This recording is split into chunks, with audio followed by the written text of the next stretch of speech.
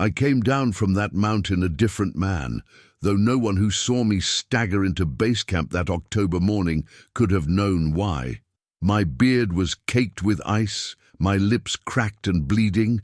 My eyes, according to the medic who checked me over, had the hollow glaze of someone who'd looked into something they shouldn't have. They asked me questions, of course. Where had I been during those final 3 days when the GPS went dark? Why hadn't I responded to radio calls? What happened to my gear, scattered and abandoned at altitudes no solo climber should have reached? I gave them nothing, not silence exactly, but words so vague and useless they might as well have been. I told them I'd gotten disoriented, that the storm had been worse than predicted, that I'd sheltered and survived and couldn't recall much through the haze of exhaustion. They didn't believe me. I could see it in their exchanged glances, the way they handled me like something fragile and possibly broken. But they let me go. They always do, eventually, when a man returns from the high places changed, but breathing. What else could they do? I wasn't injured, not in any way their medicine could diagnose. I'd broken no laws. I'd simply climbed too far and come back with a secret burning behind my sternum like a second heartbeat, one I knew I could never share without sounding like I'd lost my mind to thin air and solitude. The nightmares started on the flight home, though nightmare isn't quite the right word for dreams that feel more like memories trying to surface through dark water. I see the silhouette again, towering against the white fury of the blizzard, moving with a grace that defied its size and the physics of the storm itself. I hear those footsteps circling my shelter, deliberate and patient, the crunch of snow under impossible weight. I wake gasping in hotel rooms and later in my own bed, my hands clutching at sheets as if they were rock face, my body convinced I'm still up there in the thin cold where the world narrows to breath and heartbeat and the presence of something vast. My sister visited last week and said I looked haunted. She meant it as concern, but the word landed with uncomfortable accuracy. I am haunted. But not by ghosts, by the living weight of an encounter that stripped away every comfortable assumption I'd carried about what walks this earth and what doesn't. I've started going through my grandfather's things, boxes I'd inherited but never properly examined, and I'm finding threads of something he never spoke about either, traces of his own journey into those same peaks decades before I was born.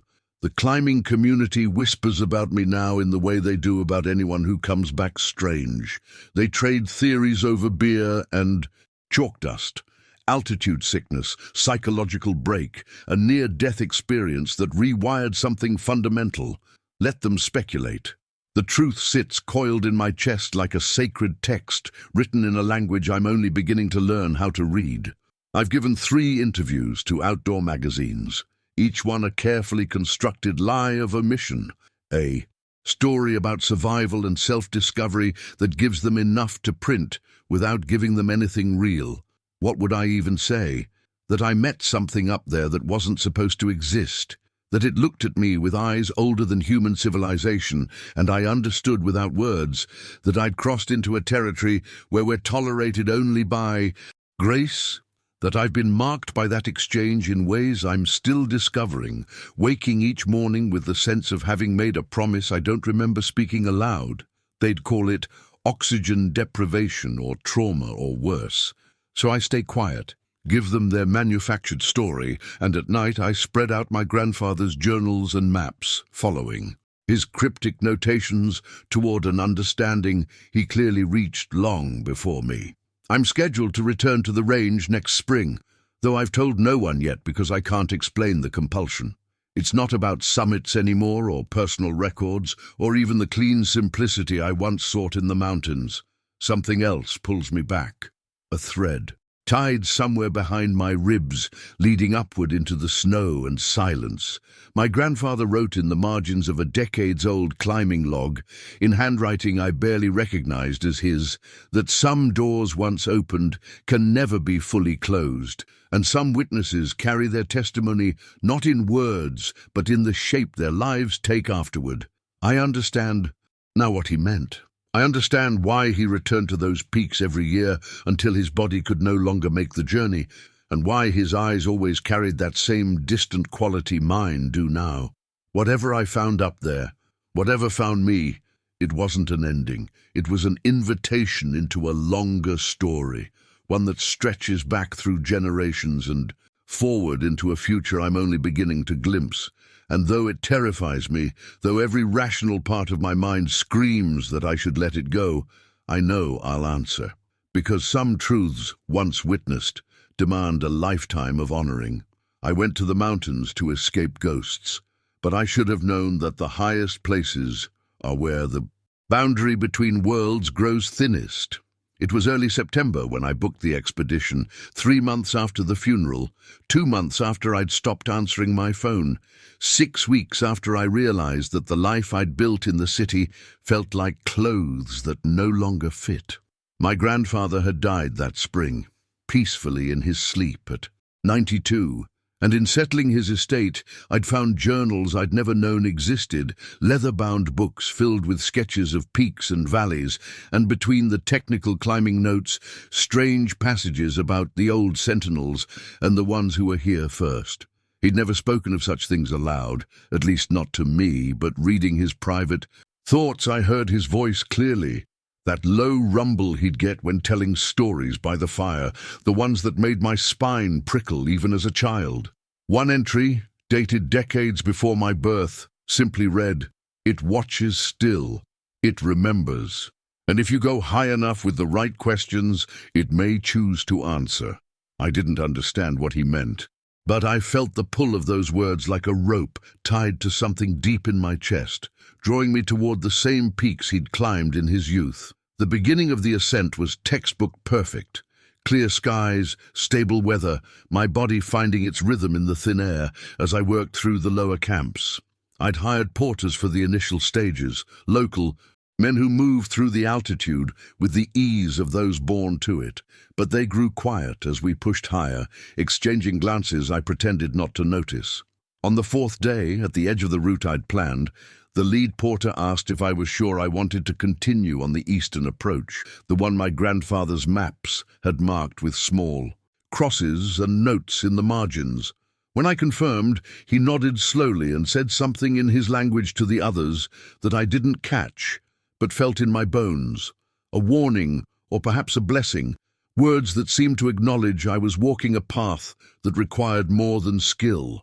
They left me at the high camp with supplies and coordinates for pickup, and the youngest among them pressed a small carved stone into my palm before descending, his eyes serious beyond his years. "If the mountain shows you its true face," he said in careful English, "remember you are a guest, not a conqueror." I thanked him, pocketed the stone, and watched them disappear down the trail, their figures growing small, against the vast white silence. Alone at last, I felt the solitude settle over me like snow, but it wasn't the peaceful emptiness I'd sought. The silence up there had texture, weight, as if the air itself was listening.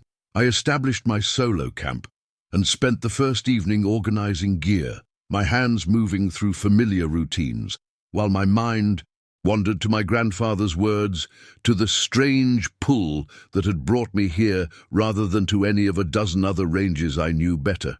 I'd told myself I was seeking clarity, distance from grief, the clean simplicity of survival that mountains demand, and those things were true, but not complete.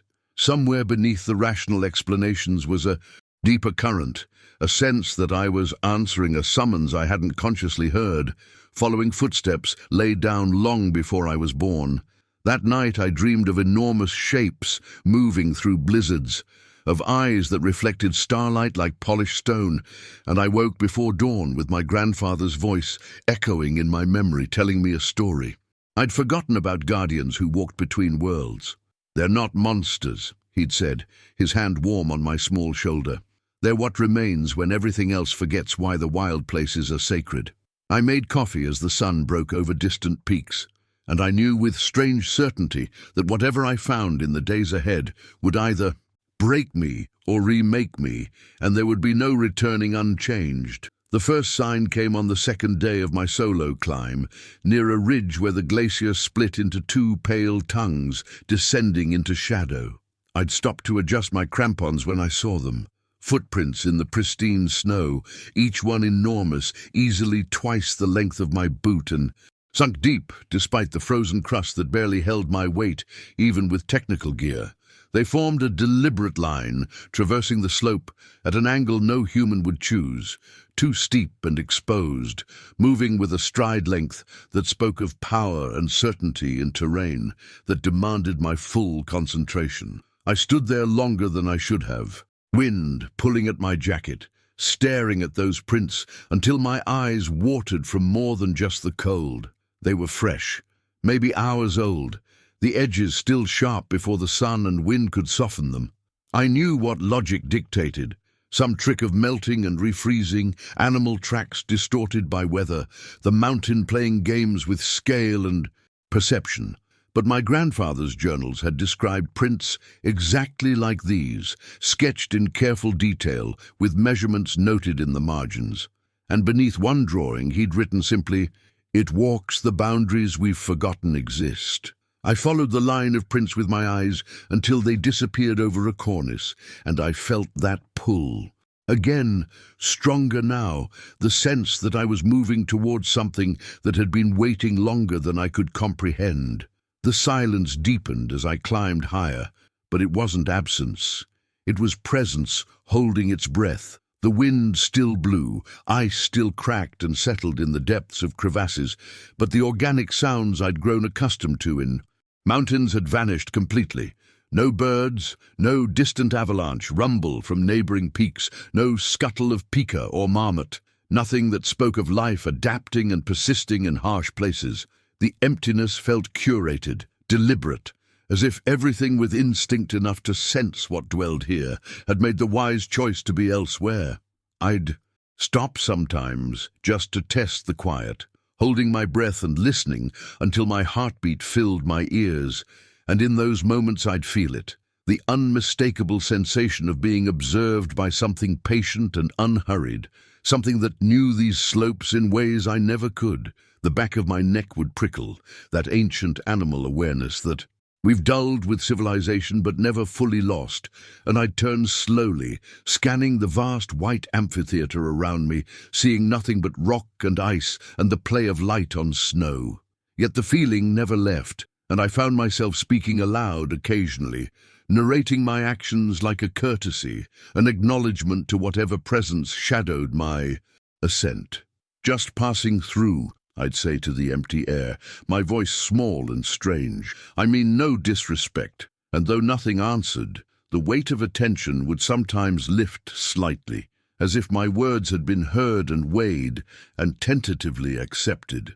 On the third night, I camped in the shelter of a serac, and as I prepared my evening meal, I found another sign, a cairn I hadn't built, positioned precisely where I'd naturally set up my tent. The stones were arranged with clear intention, not random rockfall, stacked in a formation that seemed both marker and warning. I'd seen enough cairns to know human construction, but these stones had been chosen with an aesthetic sense that felt other, each one placed not just for stability but for balance, for rightness, creating something between navigation aid and shrine. I should have felt fear, alone at altitude with evidence of an unknown presence arranging rocks near my camp, but instead I felt something closer to humility, the sense that I was a child stumbling into a cathedral built long before my ancestors learned to stack stones of their own. I carefully moved my tent 20 meters away, leaving the cairn undisturbed, and as I cooked my simple meal, I arranged a handful of trail mix beside the stones. An offering, an exchange, a gesture toward communication without words. The temperature dropped as night came, on brutal and clean, and I lay in my sleeping bag, watching my breath crystallize in the tent's dim interior, listening to the mountain's nighttime symphony of contracting ice and distant wind, and beneath it all, or perhaps woven through it, something else, a rhythm that might have been my imagination, or might have been footsteps, slow and measured, circling at a distance that felt like respect. By the fourth day, I'd stopped questioning my sanity and started accepting a deeper logic, one that my grandfather must have learned in these same heights decades before.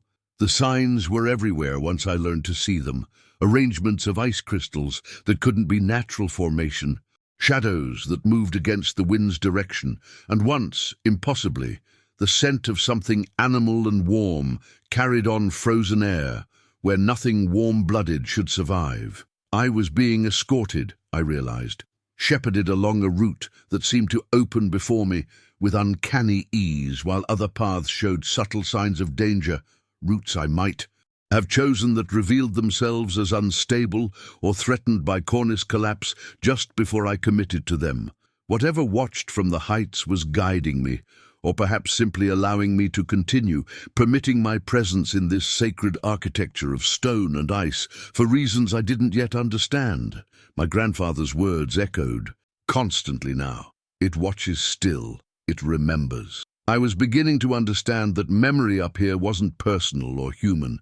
It was geological, patient, the mountain itself holding knowledge in its bones, and the guardian I hadn't yet seen was less creature than embodiment, the wild made conscious and deliberate. I climbed on, no longer fleeing.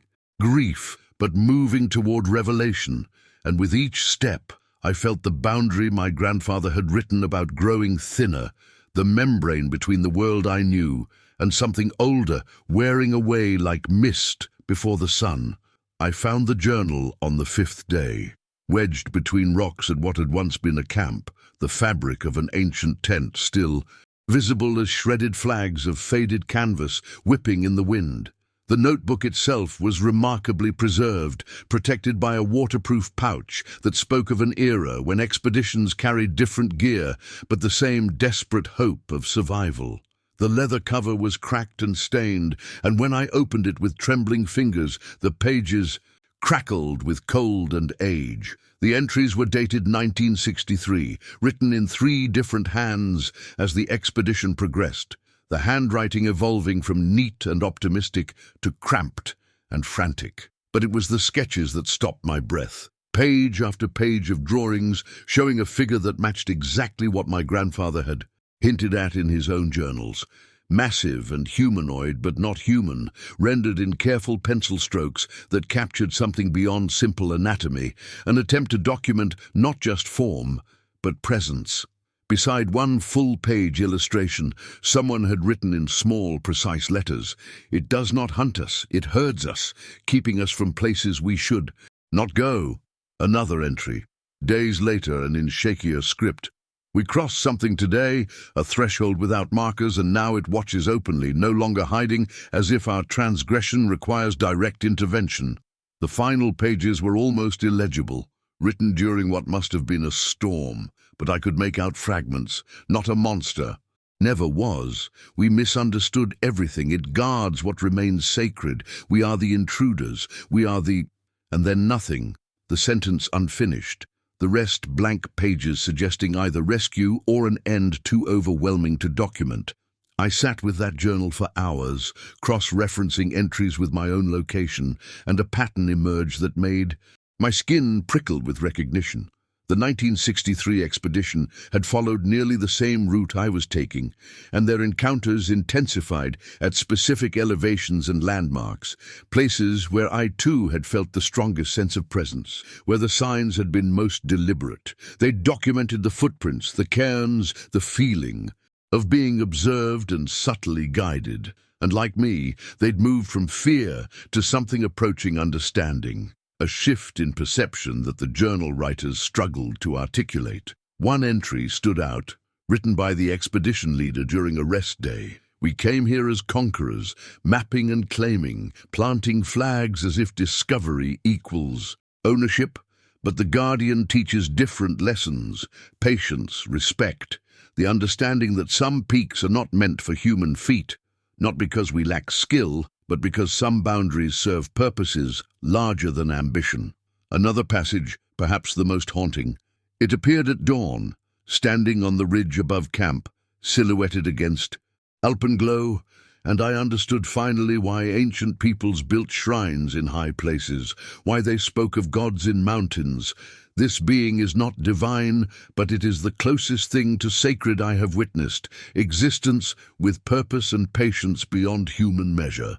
I traced those words with my fingertip, feeling a kinship with these long gone climbers who had touched the same mystery, and I wondered if they'd made it down, if they'd kept the secret as my grandfather had, bearing witness to something that language couldn't capture and photographs would never believe. That night I built my own cairn, not in imitation but in response, arranging stones beside my tent with care I'd never given any task before, trying to shape something that communicated intention without words. I worked until my fingers ached despite gloves, choosing each rock for weight and texture, stacking them in a form that felt right in ways I couldn't explain, creating a structure that was acknowledgement and gratitude and question all at once. When I finished, I sat back and studied it in the light of my headlamp, this small monument to understanding I didn't fully possess. And I felt that familiar sensation of being watched intensify, drawing close with an attention that was no longer distant or cautious, but immediate and focused.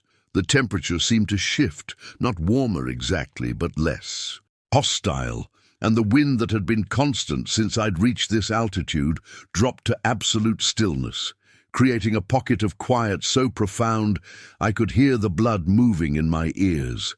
I turned slowly, knowing somehow that tonight would be different, that the careful dance of observer and observed was reaching a new threshold, and my breath caught because there, at the very edge of my light's reach, I saw it. Not fully, not yet, but enough, a shape too large and upright to be anything else, standing motionless as stone, watching my small human ritual with what I can only describe as recognition. The exchange lasted maybe 30 seconds. Maybe an eternity, time losing meaning in that moment of connection across the boundary between species, between worlds, between the civilization I'd left below and the ancient wilderness that still held sovereignty in these heights. I didn't move, didn't reach for my camera or call out or do anything except sit and meet that gaze I felt more than saw, and in the silence between us, understood what the journal writers had struggled to express. This wasn't an animal, wasn't a monster from frightened folklore, but something that carried consciousness and purpose and memory spanning centuries, while I carried the grief of a single human lifetime. It knew why I'd come here, I realized with sudden clarity, knew the hollowness that had driven me into these mountains seeking either answers or oblivion, and its presence felt less like judgment than witness. The mountain itself taking form to observe and acknowledge, and perhaps offer what comfort exists in knowing that suffering is seen and understood even when it cannot be eased. Then the wind returned with a rush that made me blink, and when I opened my eyes, the shape was gone, leaving only darkness and snow and the certain knowledge that I'd been granted something precious, not proof for skeptics or evidence for science, but a moment of genuine communication with something human civilization had long ago stopped believing in, a reminder that mystery still existed. And some questions were meant to remain unanswered but not unasked. The whiteout came without warning on the seventh day, transforming the world from crystalline clarity to suffocating nothingness in the span of 3 heartbeats. One moment I was traversing a narrow ridge with visibility stretching for miles across jagged peaks and glacial valleys. The next I was enveloped in white so complete I couldn't distinguish sky from ground, couldn't see my own boots in the snow beneath me. The wind rose to a shriek that obliterated thought, driving ice crystals like needles against any exposed skin, and I knew with terrible certainty that I had minutes, not hours, to find shelter before the mountain claimed me as it had claimed so many others. Training took over where panic threatened, muscle memory guiding me laterally off the exposed ridge toward where my map promised rock formations, caves, anything that might offer protection from the storm's fury. I moved through that white void with arms outstretched, each step an act of faith. My grandfather's voice suddenly clear in my memory, telling stories of storms that erased men completely, leaving no trace, as if the mountain had simply swallowed them into itself. When my hands finally met solid rock, I could have wept with relief, and I worked my way along the stone face until I found an opening, a cleft in the cliff that widened, into a cave deep enough to escape the wind's full violence. Inside, I collapsed against the back wall, trembling from cold and adrenaline, waiting for my headlamp batteries to warm enough to function in the brutal temperature. When the light finally flickered to life, I found myself in a space larger than expected, a natural cathedral carved by geological forces over millennia, the walls rising into shadow above the reach of my beam. But it was what covered those walls that stopped my chattering teeth and drove every thought of cold from my mind.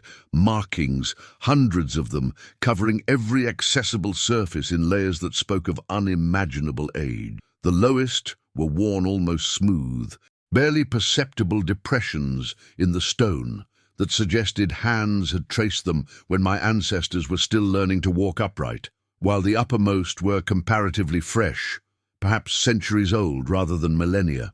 They told a story in images that transcended language, a narrative painted in ochre and charcoal, and something dark that might have been blood, depicting the relationship between the mountain and those who dwelled in its shadow. I saw human figures approaching from below, tiny and numerous, seeking something in the heights, and I saw the Guardian, unmistakable now in its representation, standing between them and the summit's pinnacle, not with aggression but with solemn purpose.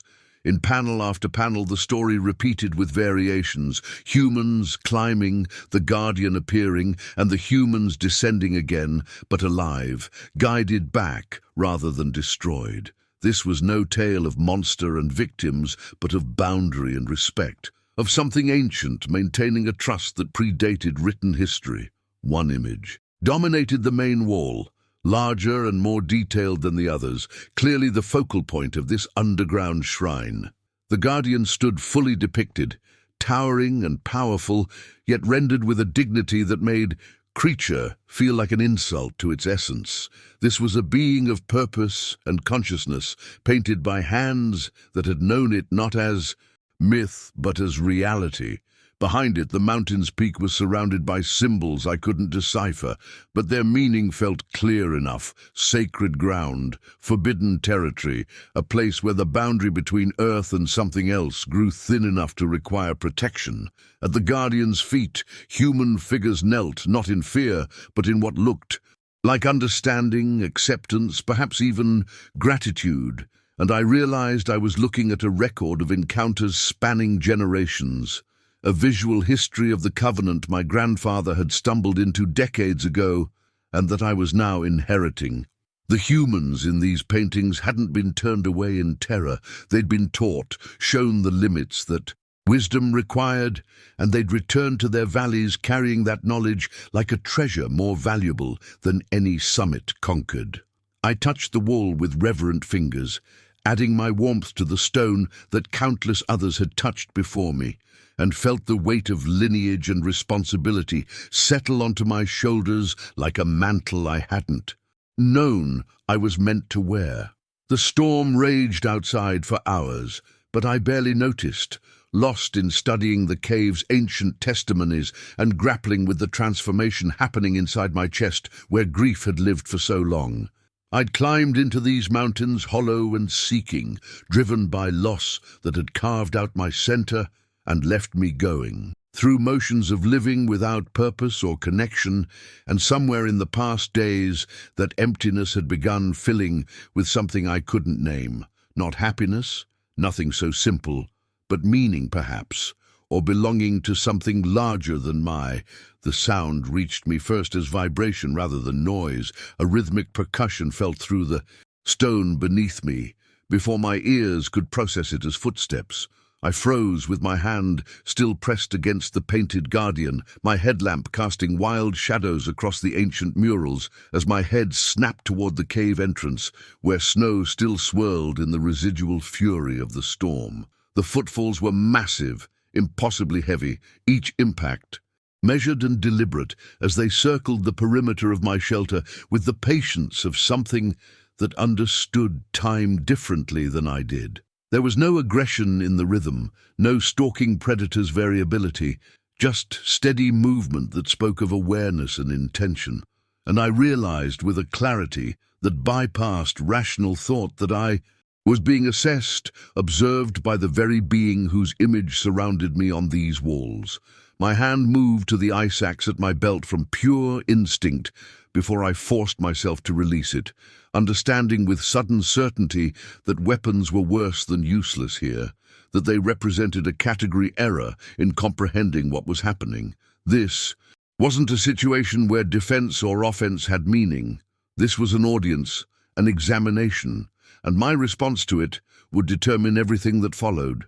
The footsteps continued their circuit, never rushing, never pausing, and I found myself counting the intervals between impacts, using the mathematics of it to steady my racing heart and quiet the primal fear that wanted to send me scrambling deeper into the cave's darkness.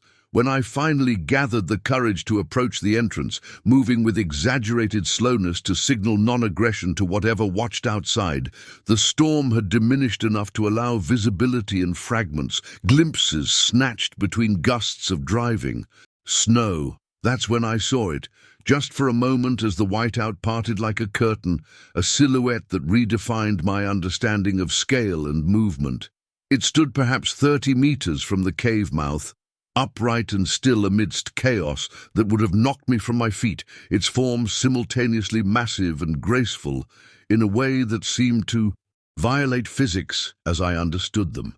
The shape was humanoid enough to trigger recognition, but the proportions were wrong, the shoulders too broad, the arms too long, the head suggesting intelligence behind features I couldn't distinguish through distance and weather. What struck me most forcefully wasn't the physical reality of it, but the quality of its presence, the sense of consciousness and consideration that emanated from that towering figure like heat from a fire. And I understood why the cave paintings had depicted it with such dignity. This was no animal operating on instinct and hunger.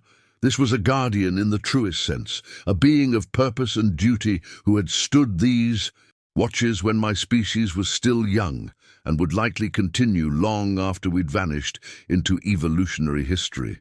The blizzard closed again, erasing the silhouette, but the footsteps resumed their patient circuit, and I stood at the threshold between firelight and storm, between my old life and something I couldn't yet name, feeling tears freeze on my face as emotions I'd thought buried with my grandfather surged through the cracks in my carefully maintained composure. I don't know how long I stood there, caught between worlds, but eventually exhaustion and cold drove me back to collapse near the cave's rear wall, wrapped in my sleeping bag, with my eyes fixed on the entrance.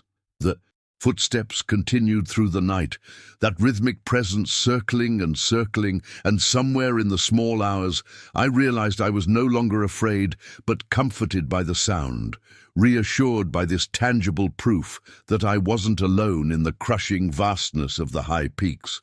My grandfather's stories took on new dimension in memory. All those tales I'd thought were metaphors or embellishments revealed as carefully coded truth, his way of passing down knowledge that couldn't be spoken directly without sounding mad or inviting the wrong kind of attention. He'd been here, in this cave, or one like it, and he'd heard these same footsteps, seen that same impossible silhouette moving through storm and starlight, and he'd carried the weight of that encounter for the rest of his life with a grace I was only beginning to appreciate. The grief that had driven me to these mountains began shifting its nature, transforming from the sharp agony of loss into something more bearable, a connection that transcended absence.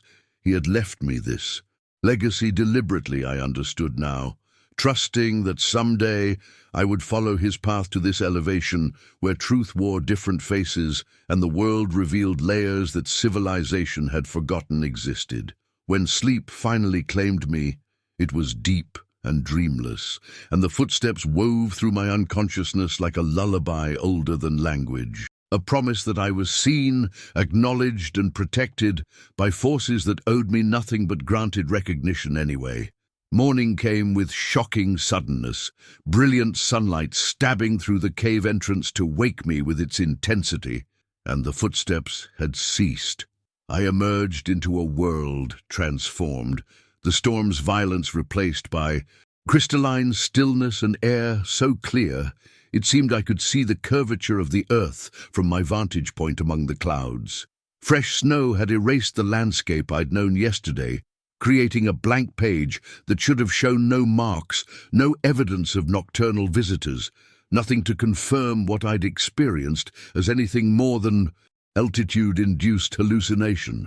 But there, arranged in a careful semicircle perhaps 10 meters from the cave entrance, were the offerings, stones stacked in deliberate cairns too precise to be random, and frozen rhododendron flowers that had no business existing at this altitude, placed with clear intention in the spaces between the stone piles. My hands shook as I approached them, not from cold, but from the enormity of what they represented.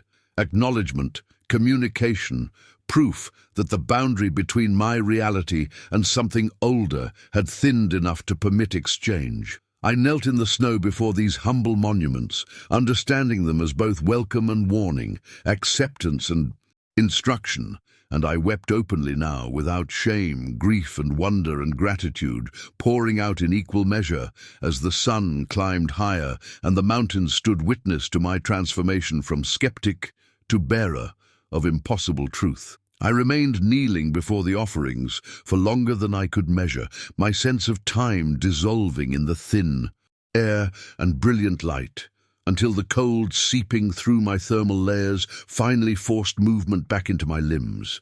The question that dominated my thoughts wasn't whether to continue upward. That decision had been made the moment I'd seen those carefully placed stones and impossible flowers, but rather what continuing meant, what threshold I was preparing to cross that went beyond mere geography or elevation. The abandoned journal's warnings echoed through memory with new resonance, those frantic scribblings about boundaries and territories where human presence shifted from tolerated to transgressive, and I understood with growing clarity that the offerings represented a test as much as an acknowledgement. I was being given a choice, presented with evidence that should send any rational person retreating to safety and civilization, yet I felt the pull of the heights more strongly than ever, a magnetism that seemed to originate from somewhere behind my sternum and tug me toward the unnamed peaks that rose beyond my current position. My grandfather's face surfaced in memory, the way he'd looked at mountains in his later years, with an expression I'd never been able to decode, a mixture of longing and sorrow, and fierce protectiveness that made sense only now that I stood where he had stood decades before, facing the same impossible decision between retreat and revelation. The ascent beyond the cave led through territory that felt qualitatively different from anything I'd traversed before, as if the mountain itself possessed zones of meaning that shifted the deeper one, penetrated its mysteries. The trail wasn't marked by anything so obvious as cairns or flags, but by subtle alignments I couldn't have articulated but somehow recognized. A particular configuration of ice formations, the way shadows fell across certain cliff faces, a quality of silence that varied from one valley to the next like musical notes in a composition only I could hear. I followed these whispers of guidance for hours, my technical climbing skills almost irrelevant as the route seemed to reveal itself through intuition rather than analysis, and I realized I was being led, shepherded along a path that existed primarily as intention rather than physical geography. The feeling of observation that had haunted my earlier ascent intensified into something approaching companionship, a sense of invisible accompaniment that should have terrified me, but instead provided strange comfort, assurance that I hadn't been abandoned to the mountain's indifference, but was instead under protection, whose scope I couldn't begin to comprehend.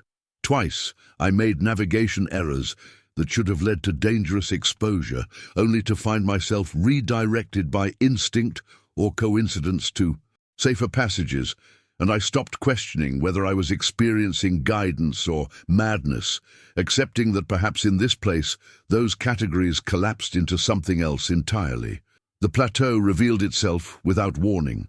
One moment I was navigating a narrow col between towering seracs, and the next I stood at the threshold of a valley that couldn't possibly exist at this elevation, but undeniably did, a bowl of relative flatness ringed by peaks that seemed to lean inward protectively, sheltering secrets from satellite observation and casual discovery. The air here possessed texture and weight that had nothing to do with oxygen content, a quality of attention that made every breath feel like participation in something ancient and ongoing, and I understood why the cave paintings had depicted this place with such reverence, why the journal's author had written about thresholds with such desperation. This was sanctuary and temple and boundary marker all at once, a space held apart from the world I knew by more than simple geography, and entering it without permission felt like the gravest trespass imaginable, worse than any physical violation could be.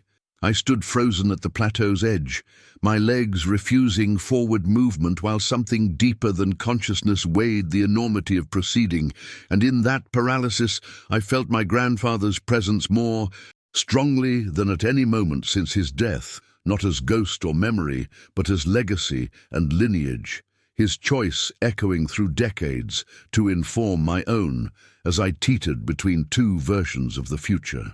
The Yeti emerged from behind an outcropping of ice-sculpted rock with such casual grace that my mind initially refused to process what my eyes reported, insisting that something of that scale couldn't move with such fluidity, such economy of motion that suggested absolute mastery of this vertical world.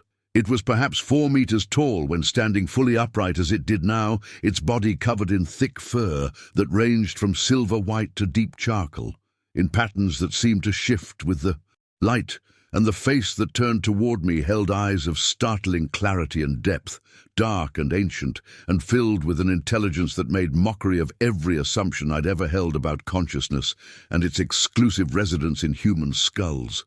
We locked gazes across 20 meters of pristine snow, and in that exchange something fundamental shifted in my understanding of reality, of hierarchy, of humanity's place in the order of things.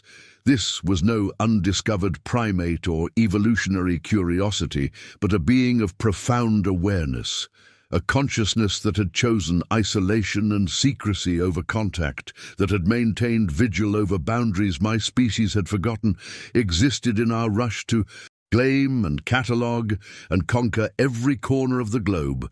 The grief in those eyes was palpable, the weight of centuries watching human encroachment, witnessing the slow erosion of wild places, and the arrogance with which we'd assumed dominion over mysteries we'd never bothered to respect. And I felt shame wash through me for every casual conquest, every summit bagged as trophy, every wilderness reduced to backdrop for ego and achievement. But beneath the grief lived something else, recognition, acknowledgement that I had come seeking rather than taking, that my presence here represented question rather than claim. And in that recognition I felt acceptance flow between us like current, a wordless granting of permission to witness, to know, to carry forward the covenant my grandfather had honored through his silence and his stories.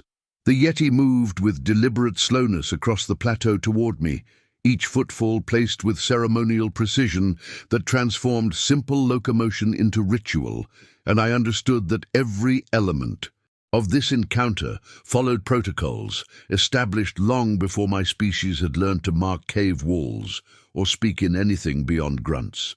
My body locked in place not from fear, but from overwhelming recognition that I stood at the convergence point of every story humanity had ever told about the wild places, about the guardians who dwelt beyond civilization's borders, and the profound humility required to approach the sacred without desecration. The being stopped at a distance that felt calibrated exactly, close enough that I could see the intricate patterns in its fur, the way breath crystallized in the frigid air, the subtle expressiveness of its features that conveyed dimensions of meaning my language had no words to capture, yet far enough to maintain the essential boundary between our worlds, the space that acknowledged our fundamental difference while allowing temporary communion.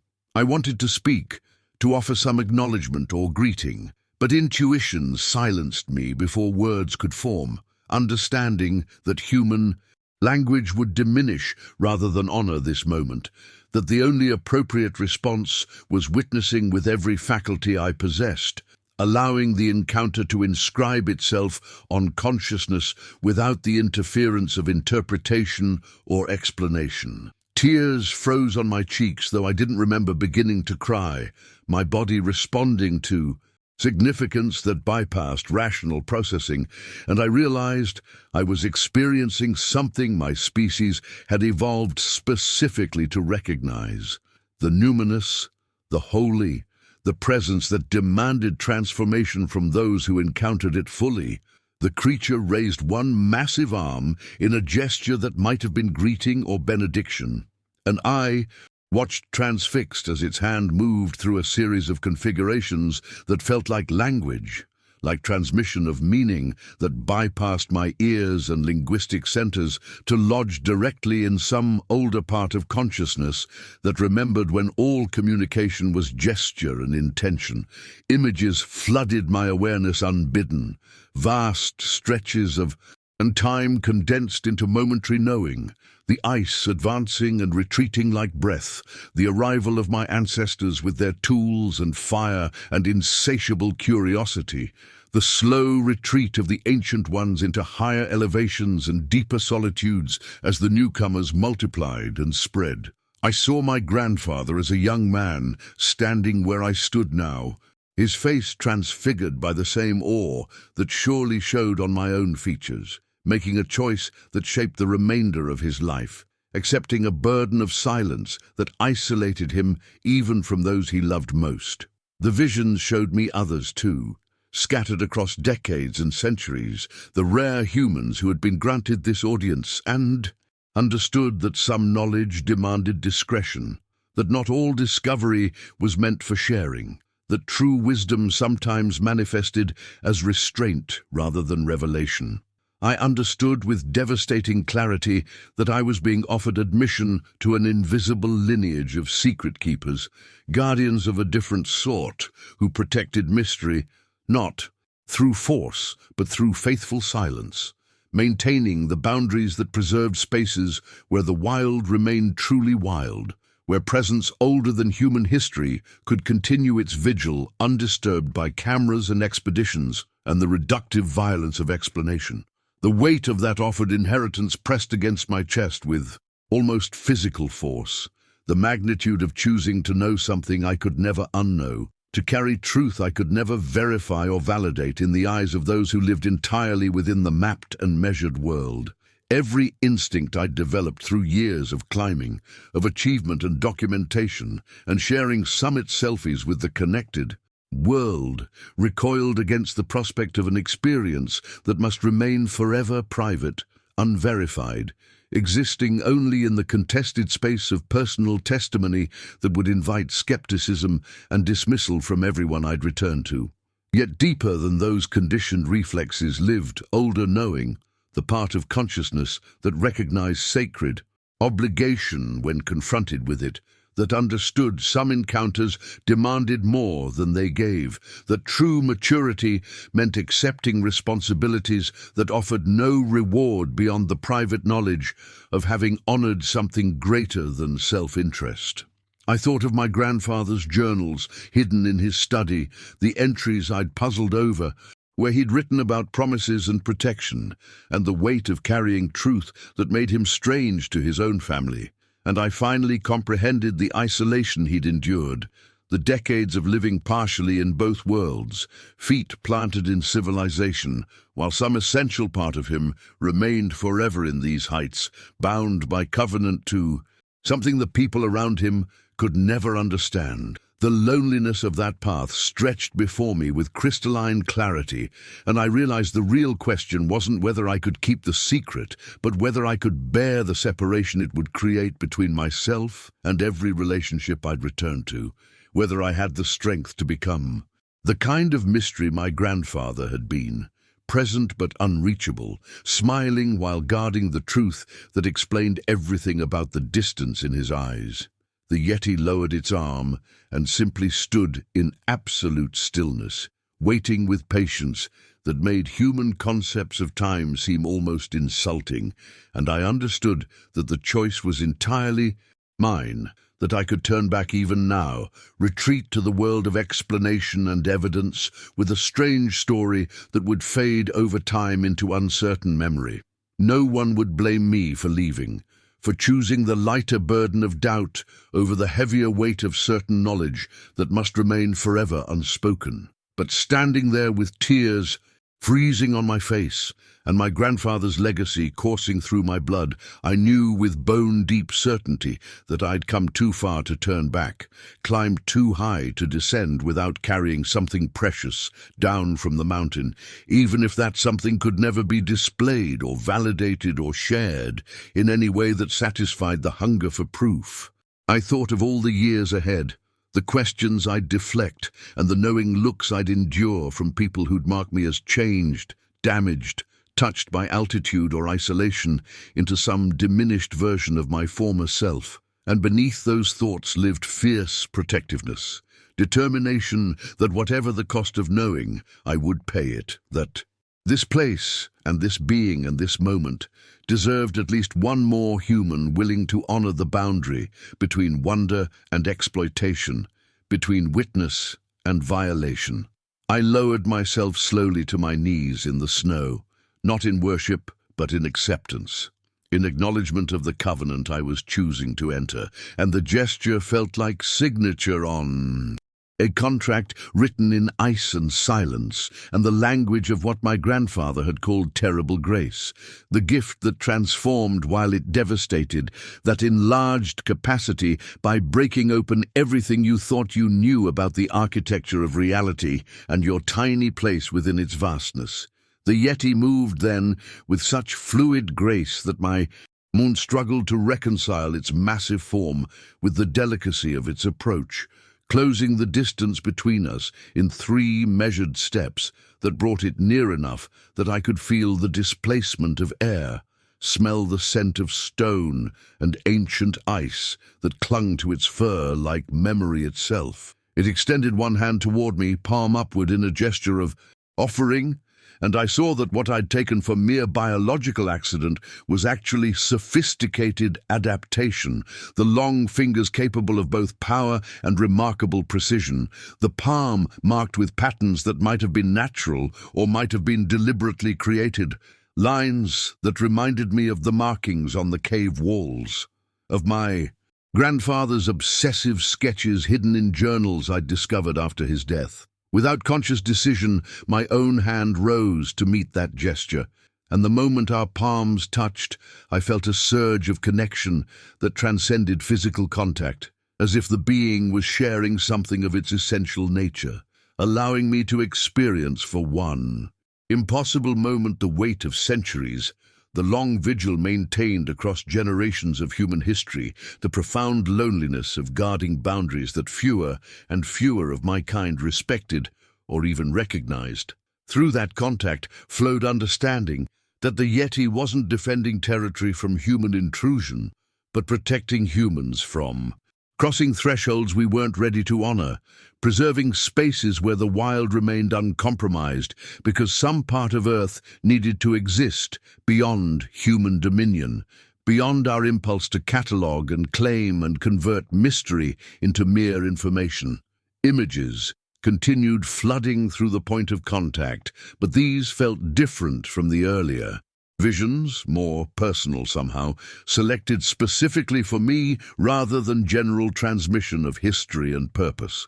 I saw my grandfather making this same connection, his younger face alight with wonder and terror as he received his commission, the moment he nodded acceptance and became something other than he'd been. a man living between worlds. With one foot always in these heights, even when his body descended to the world below, I saw others too, women and men scattered across cultures and centuries, each receiving their own version of this covenant, each carrying forward the tradition of protective silence that allowed places like this plateau to remain hidden from the machinery of human curiosity and exploitation. Some of those others had been seekers like my grandfather and myself, drawn by family stories or personal grief or simple yearning for something beyond the mapped world. But others had stumbled into encounter accidentally, hikers or herders or hunters who'd crossed invisible boundaries without intention and been offered the same choice I now faced. Not all had accepted. I saw that clearly in the cascade of memory the being shared with me.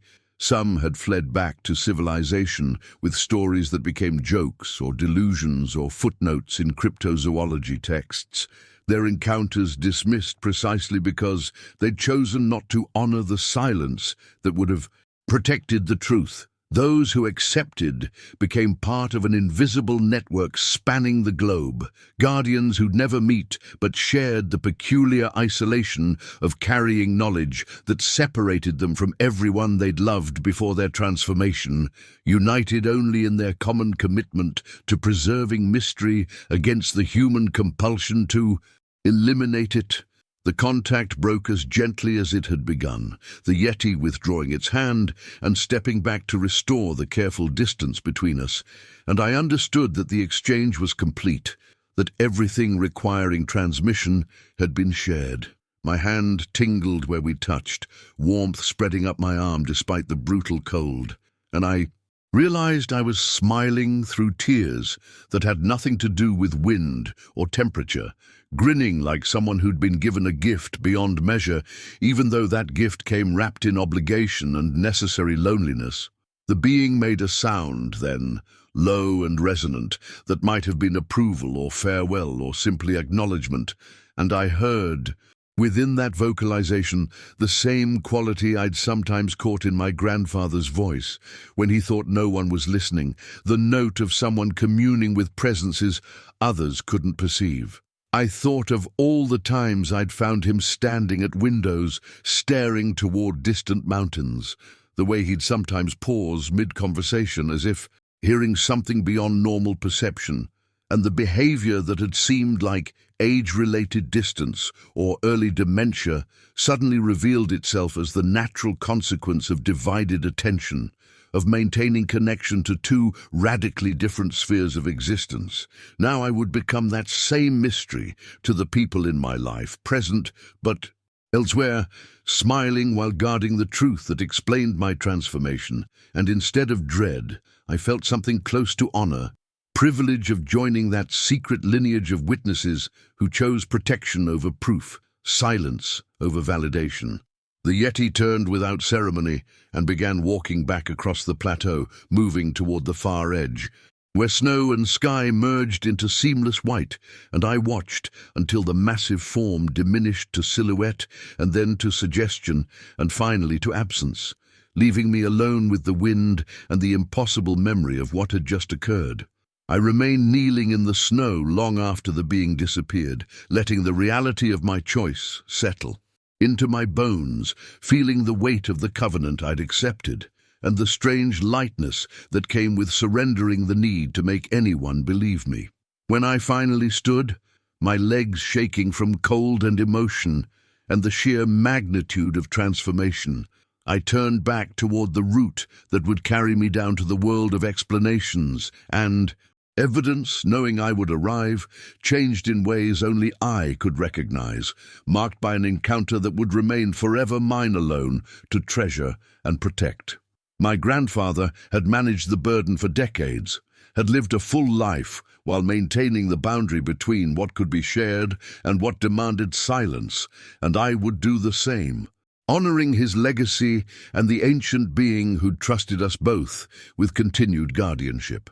The descent began not with reluctance, but with resolve, each step carrying me back towards civilization and the carefully constructed story I would tell about equipment failure and early return, the version that would satisfy everyone except those who looked closely enough to see the truth written in my eyes, that something had happened in the high places, something that explained everything while revealing nothing, and that I had chosen to protect that mystery with every breath remaining to me, a promise I would keep until the day someone else in my bloodline felt the call to climb toward answers and found themselves standing where I'd stood, receiving the inheritance I would spend my lifetime preparing to pass forward. The weeks following my return passed in a blur of debriefings that weren't really debriefings, concerned friends who sensed something profound had shifted but couldn't name it, and long nights spent staring at my grandfather's journals, which I'd retrieved from storage and now read with completely different understanding.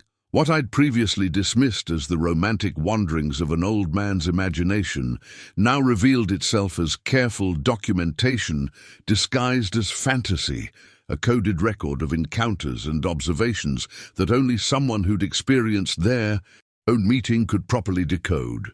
He'd been brilliant in his misdirection, writing about the Yeti in ways that seemed like folklore and legend, while embedding actual truth in the details that appeared most fantastical, protecting his knowledge by hiding it in plain sight, where skeptics would dismiss it as fiction, while those called to understanding would recognize the genuine testimony beneath the colorful language. I found myself doing the same thing almost immediately, journaling my experience but framing it in metaphor and uncertainty, creating a record that could be read as spiritual allegory or actual encounter depending on the reader's readiness to accept such possibilities.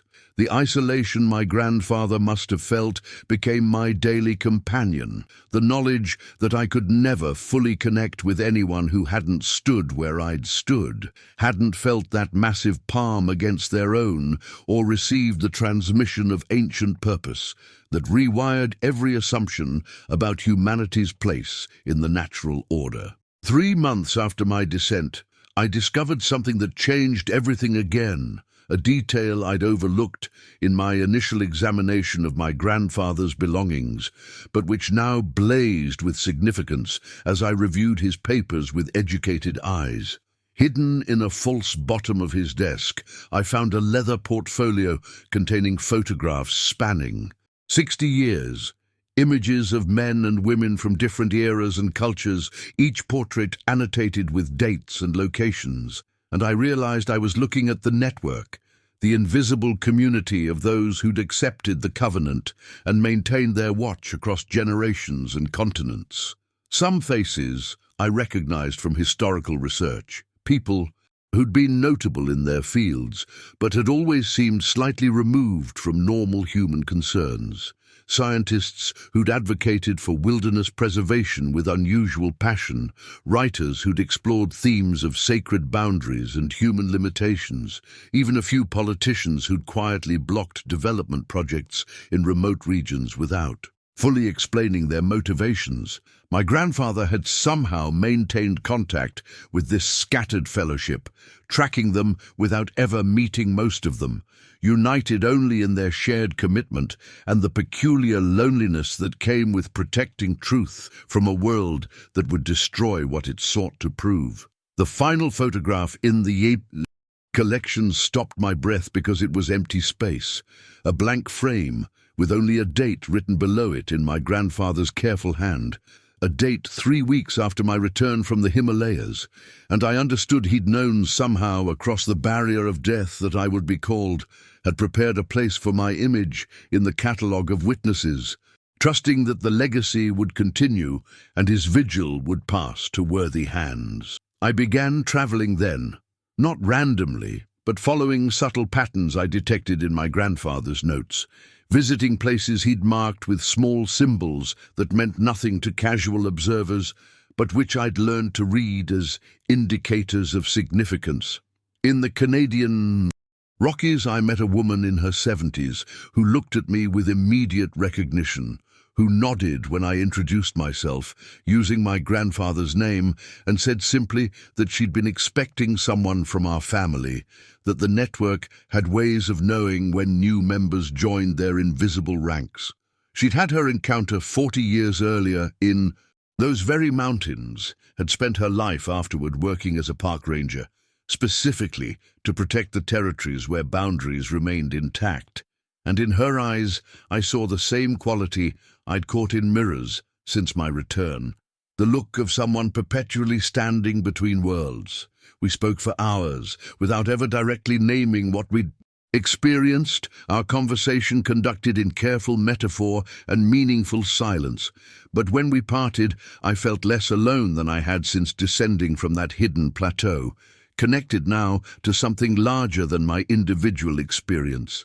She gave me a list before I left, just a piece of paper with names and general locations, others in the network who would recognize me if I sought them out, and I understood this was how the fellowship maintained itself, through careful introduction and the trust that anyone who truly received the covenant would honor the protocols of discretion that kept them all safe. Now I live in the space my grandfather inhabited for so long, present in a world, but never quite of it, smiling at the theories and debates about cryptids and unknown species, while protecting the truth that would only endanger what it claimed to celebrate.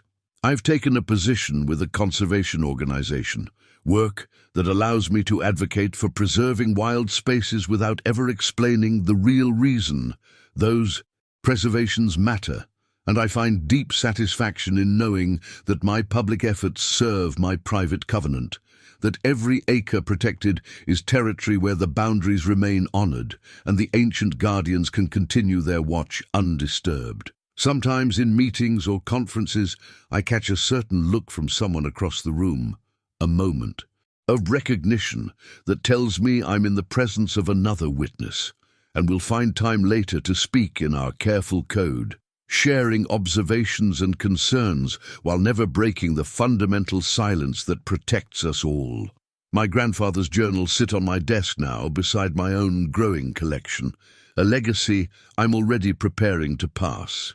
Forward to whoever in the next generation feels the call to climb toward mystery and finds themselves standing where we stood, receiving the inheritance we've maintained across time and distance. The sacred trust of knowing when to speak and when to guard the silence that allows wonder to survive in an age that would reduce everything to data and explanation. And I have never felt more purposeful or more connected to something that truly matters than I do now, living between worlds as my grandfather did, as others do across the globe, united in our commitment to protect what we've been privileged to witness, faithful to the promise we made on a hidden plateau where ancient eyes still watch, and wait for the next generation to prove themselves worthy of bearing the truth forward into whatever future humanity creates for itself, hoping always that some part of our kind will remember that not everything should be known, that mystery itself has value, and that the greatest wisdom sometimes lies in choosing silence over proof, protection over revelation, wonder over certainty. What truth would you protect if knowing it meant living forever between worlds? Subscribe to journey deeper into the mysteries that change those who witness them.